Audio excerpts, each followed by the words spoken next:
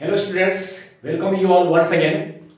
आज हम लोग किसी भी एनपीओ में जो अकाउंटिंग रिकॉर्ड्स रखे जाते हैं इसके बारे में जानते हैं कि गैर लाभकारी संस्था में आखिर कौन कौन से रजिस्टर रखे जाते हैं जिसमें हम अकाउंटिंग करते हैं।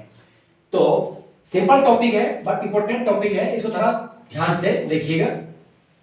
जो हम गैर लाभकारी संस्था या एक एनपीओ पढ़ते हैं या जो भी कोई एनपीओ होता है उसमें अकाउंटिंग करने के लिए कुछ इंपॉर्टेंट रजिस्टर रखने पड़ते हैं, that means books of account रखने पड़ते हैं, जिसमें हम एनपीओ से रिलेटेड तमाम ट्रांजैक्शंस और तमाम बातें तमाम चीजें हम हिसाब करते हैं और लिखते हैं। वो कौन कौन से हैं तो जानते हैं।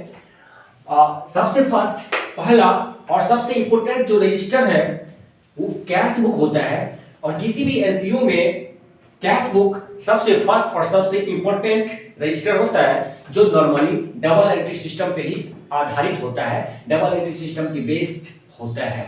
तो कैश बुक जिसको हम रोकर वही बोलते हैं, इसमें only and only cash transactions, नकद लेन देन को ही लिखा जाता है, चाहे वो एनपीओ हो या फिर कोई ट्रेडिंग कंसर्न हो जो प्रॉफिट कमाने वाली संस्था हो। तो पहला बुक है कैश बुक, और उसी कैश बुक के बेस पर रिसीप्ट एंड पेमेंट अकाउंट होता है, उसी का समरी होता है, और उसी कैश बुक के बेस पर और बहुत सारे अकाउंट्स बनाए जाते हैं। तो फर्स्ट है कैश बुक जिसमें ओनली कैश ट्रांजैक्शंस को हम रिकॉर्ड करते हैं।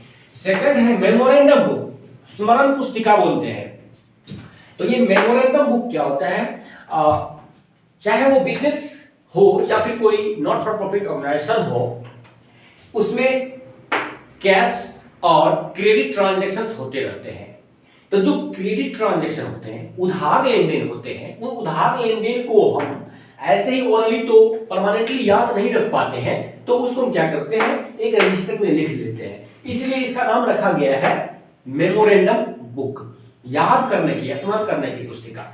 तो ओवरऑल ये कह सकते हैं कि जितने भी उधार लेन देन होते हैं ना, क्रेडिट ट्रांजैक्शन, उन सबको हम जिस रजिस्टर में लिखते हैं उसको मेमोरेंडम बुक, स्मरण पुस्तिका कहते हैं, और उसके लिए बुक बनाई जाती है।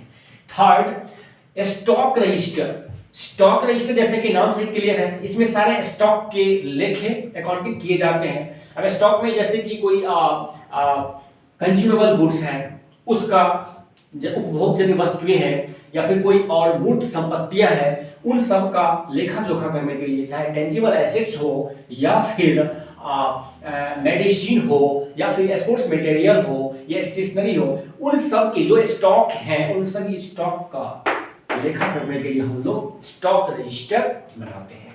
नंबर फोर्थ है सैलरी एंड वेजेस रजिस्टर। ये ऐसे रजिस्टर हैं जिसमें जो भी आपने स्टाफ रखा है या जो भी आपने लेबर रखा है, उनको आप या तो सैलरी या वेजेस देंगे, तो सैलरी वेजेस का लेखा करने के लिए, हिसाब करने के लिए हम लोग सैलरी एंड वेजेस रजिस्टर रखते हैं। और फिफ्थ इंपॉर्टेंट रजिस्टर है members registers.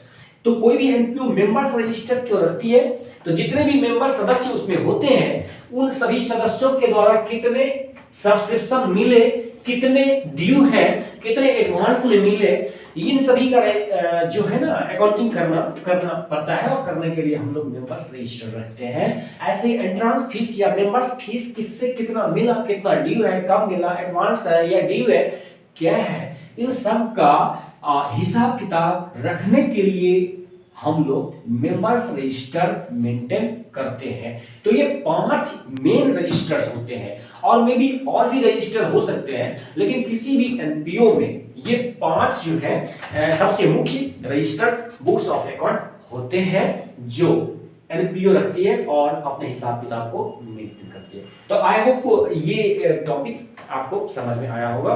By the way, अगर कोई प्रॉब्लम है तो आप हमसे कमेंट करके पूछ सकते हैं। अगर आप चैनल पे नए हैं तो चैनल को सब्सक्राइब कर दीजिए और बेल आइकन को प्रेस कर दीजिए, जिससे कि आप हमारे साथ बने रहें। तो मिलेंगे नेक्स्ट वीडियो में। Okay, bye, take care.